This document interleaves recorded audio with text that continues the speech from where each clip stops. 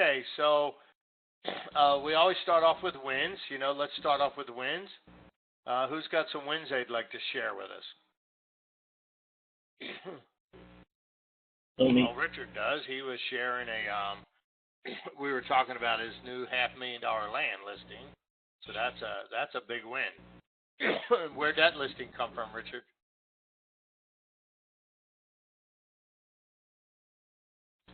Hello? I'm sorry, had you on mute. It was an SOI. It's the owner, family of the condo that I have listed in Holiday. Right. So it's another family SOI. Right. Anybody else would like to share some wins? Amy Webb just helped me with my contacts list, so I have it all in a CSV now, and I'm so happy my head is going to explode. Hey, awesome.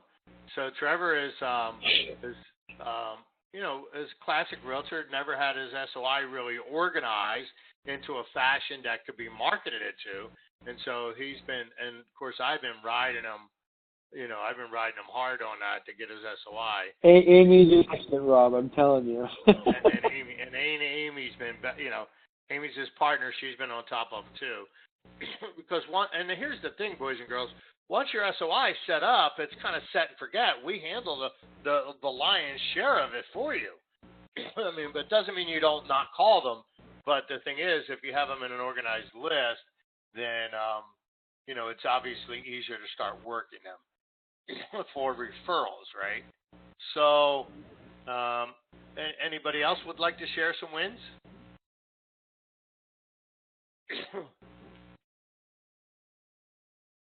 So how about some challenges? Anybody'd like to share some challenges?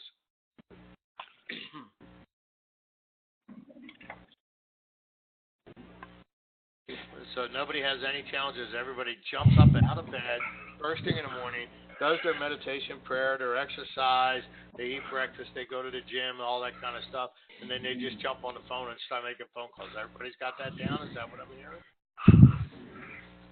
That would be negative for me, Rob. I still struggle with cold calling. Well, we're not cold calling. We're calling your SOI. Okay, well, calls. Yeah, I don't have an issue with calling SOI. Right. It's just a cold calling. But we're not asking you to cold call at this point. I mean, you can cold call if you want. But let me ask you a question, though, because you're not the only one that struggles with just cold calling. And I'm not saying on this call that this call's about cold calling. But here's the question I have. What is the struggle? Why do people struggle with cold calling?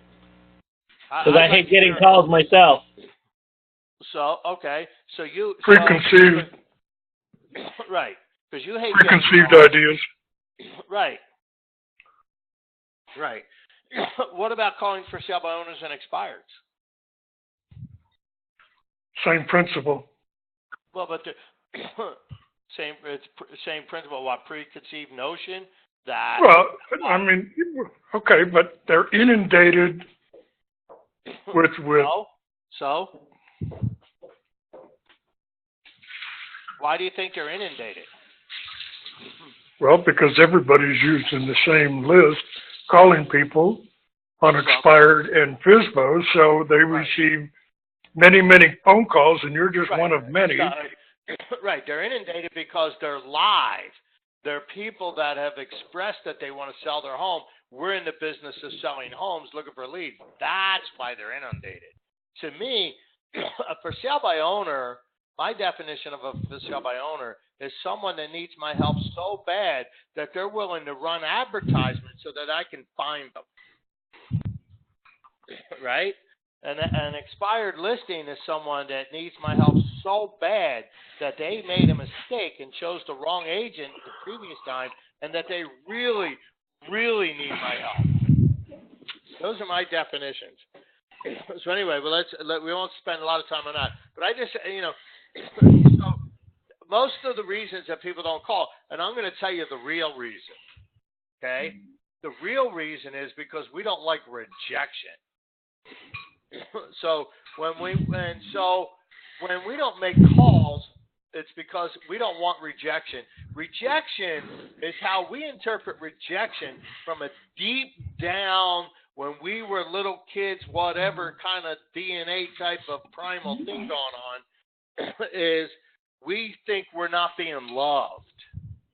Do you know that? That's why you don't make calls, because we don't. The rejection says I'm not loved.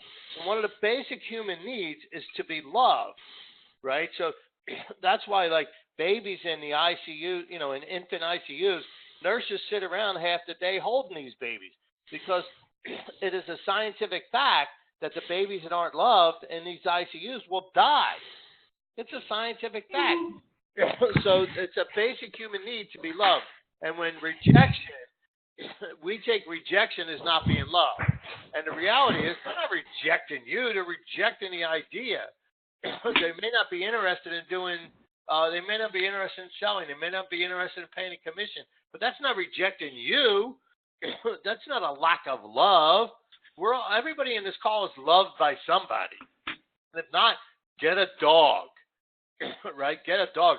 You can lock a dog in a trunk for an hour, open the trunk, and the dog's like glad to see you, right? Where, the old joke, what's the difference between a wife and a dog, right? Lock them both in the trunk for an hour and see what happens, right?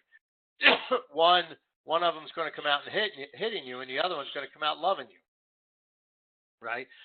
So I don't want to spend too much time on that, but that's the truth. That's the reality. So these other things are excuses to not stick your toe into the rejection pool. You got that? They are excuses so you don't have to go into the rejection pool.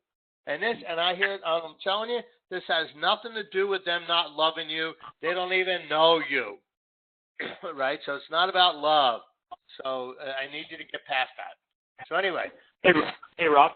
Yes, sir. This is Jesse. Something that I kind of struggle with that as well is that rejection. So what I've found a niche in is all these for sale by owners, obviously need some help. So I'll take them like a brochure on their home so that they can hand it out or have it sit on their table. So I'm doing more of a service to them as opposed to, being another agent just on the phone. So I make it a goal to get out there and serve them and earn their trust that way. Perfect. Do you guys hear that? So coming from service and I'm going to segue into something that you're going to dig that's going to tie right into that. But so the other thing, so we always ask, what are your wins? What are your challenges? What have you learned, right? What have you learned since our last call? Has anybody learned anything from our last call? Let me ask you this, Jesse. When you go out and when you approach them from a servant's attitude, how are you received? I mean, they're still kind of like, hey, what's your angle type of thing, but Sure. They're definitely appreciative, right? They're saying, hey, thanks so much, and then I'll go right into the script and say, hey, if you sold this home, where'd you go next? And try to engage in the conversation that way. Right. Now, has any of them said, get away from me, I don't love you? No, but they'll say, hey, I appreciate it, but I'm really not interested. Right, that's all. Not interested. Yep. So that's it. That's fine. Has anybody ever received a call or have somebody knocked on your door and you weren't interested in their product or service? Yes. Now I understand. Don't confuse this with the robocalling. That's a totally different animal. Robocalling is a totally different animal. So, but let me ask you a question. How much time after the phone call or after someone knocked on your door did you spend thinking about them? My guess would be less than a minute. Unless it was really dramatic experience, which that's rare. So you spend less than a minute thinking about them, but yet you spend the rest of your life thinking about how it's a bad thing to call them. So I want you to learn they're not rejecting you. They're just not interested in your product or service at this particular time. Period. It has nothing to do with you, right? So there's two things I want to share. One of them is I'm going to share there's a thing called action versus results. This is from an email I got from one of my coaches back in, forever ago. It had to be early, I don't know, maybe 2002, 2001, maybe even before that.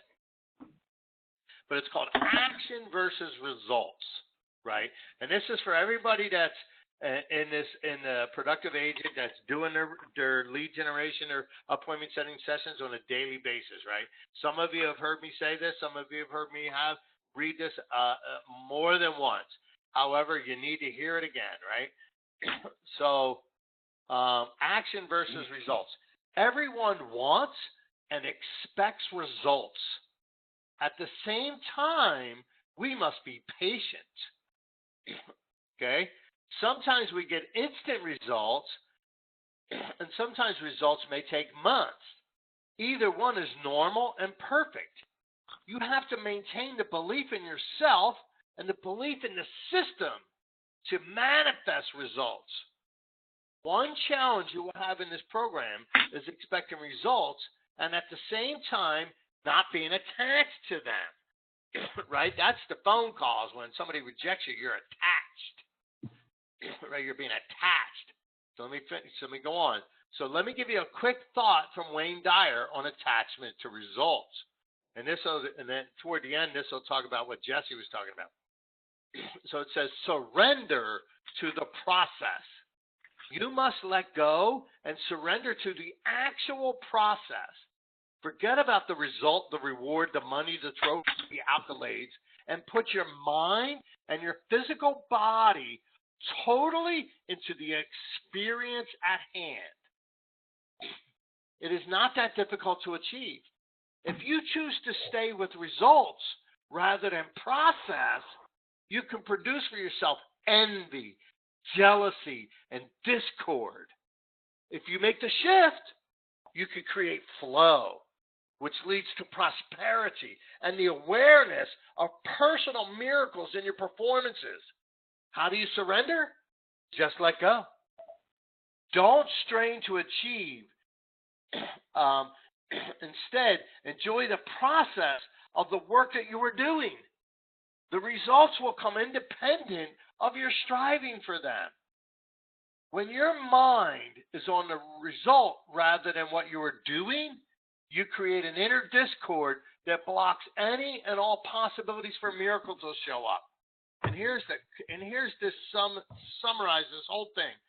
Prosperity is about purpose. Purpose is about loving and giving. And that comes from pages 195, 196 from Wayne Dyer's book, Real Magic. But look, there's so much meat in that passage.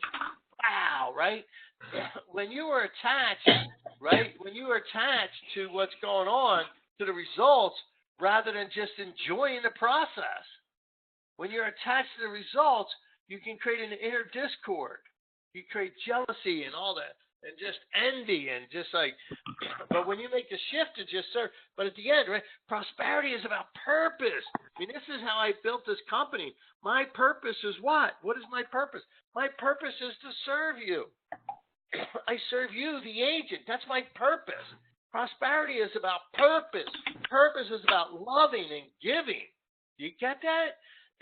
So when you approach somebody with the idea that I am here to serve you, that you will see a whole new paradigm. It just like they don't even know how to respond to that.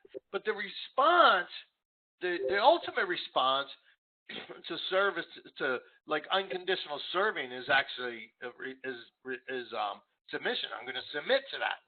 Who wouldn't want to submit to being unconditionally served and loved, right? Well, I mean, that's the natural response to it.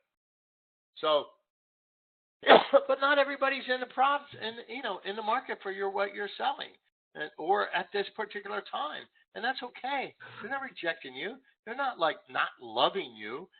This has nothing to do with them loving you. This has to do with you serving them. Just serve them. When you come from a position of serving, people will crawl across the table to sign the contract because then they know you got their best interest at heart, right? So the affirmation that came out of that was, I'm committed to my actions and I'm not, or let me rephrase, I'm committed to my actions and not attached to my results, right? You got that? So, what are your thoughts on that whole passage that I read? Anybody want to chime in on that?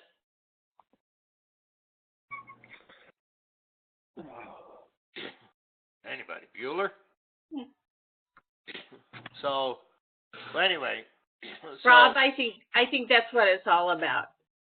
It's not about, if you make it about yourself, it's not going to work. It has to be about them. right, You have to have the right motive, or people feel it. right. When you show up with commission breath, they Yeah. get it.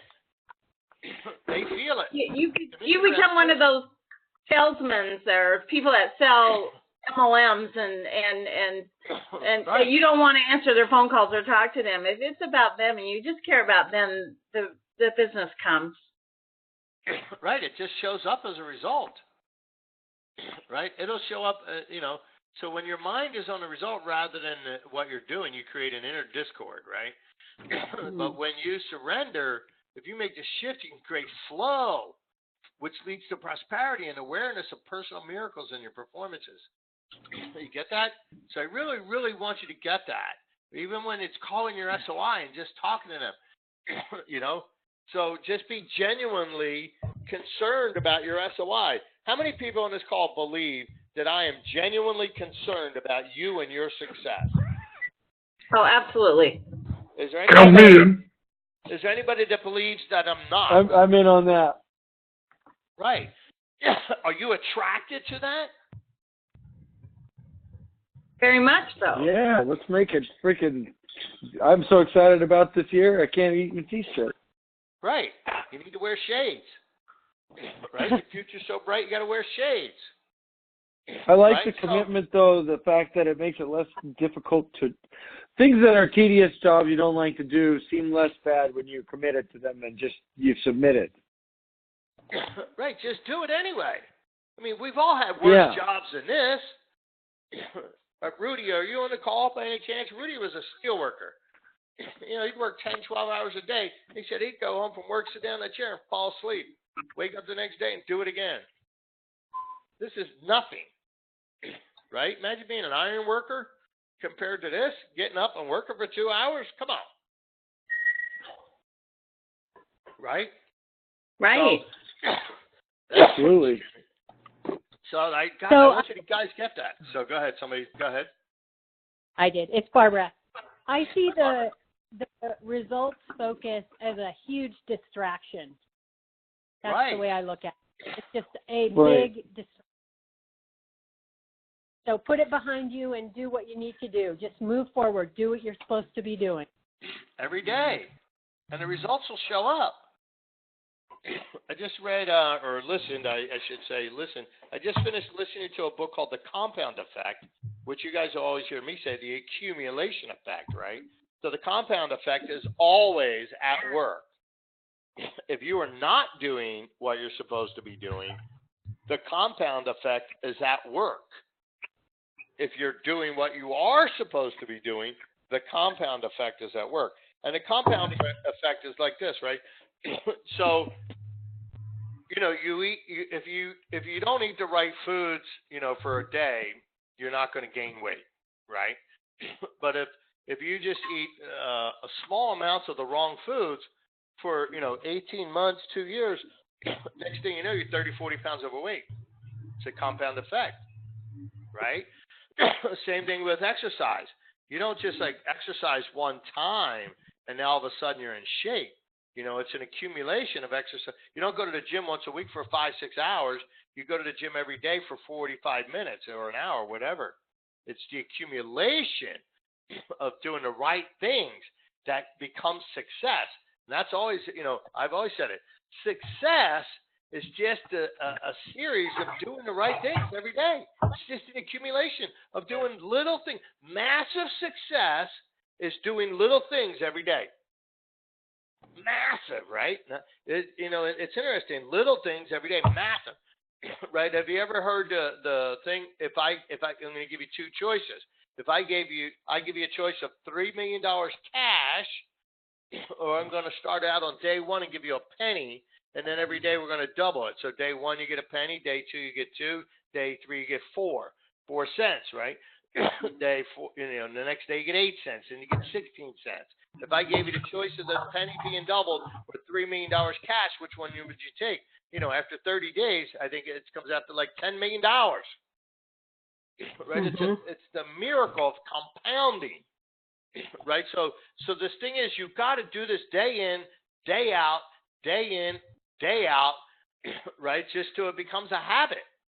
And they say habits are formed in 21 days. That's like there's no science to back that up. Now, some small habits may be able to be created in 21 days, but if you have a habit of not doing something for 40 years, it's not going to happen in 21 days. It's more like 6 months to a year, depending on how much resistance you bring to the table. See, when you resist, you're never going to get there. You just have to let go of your, your perceptions, your beliefs that people aren't, and so, just show up as a servant leader, and that's it. So, any other thoughts or questions on this?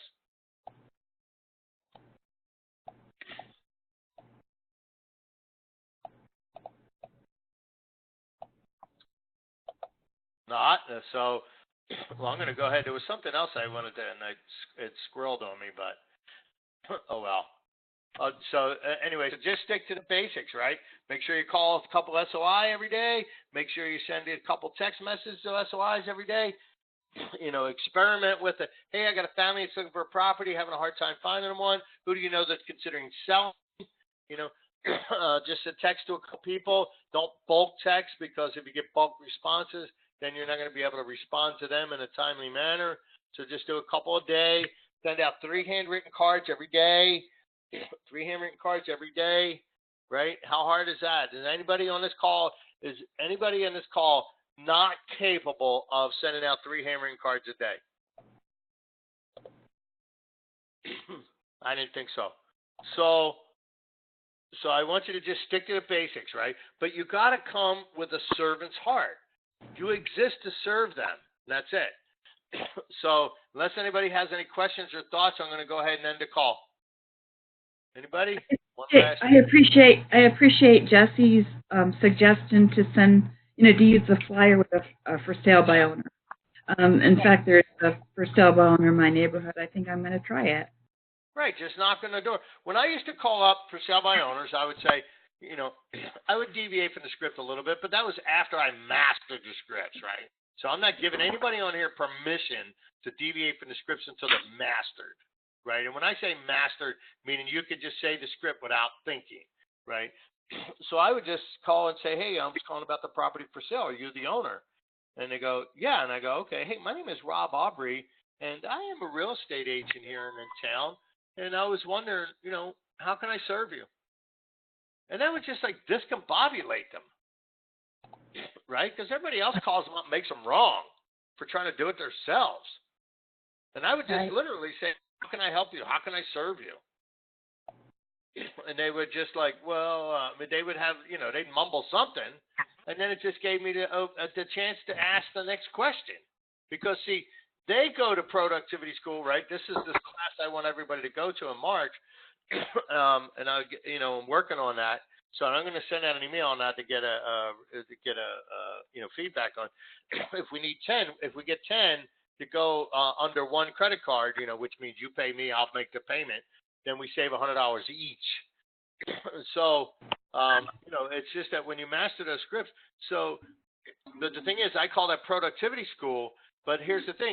So for sale by owner, they've been to productivity school, right? In other words, they've just taken enough calls that when someone calls in and they already say, hey, I'm already working with an agent, you're like, oh, okay.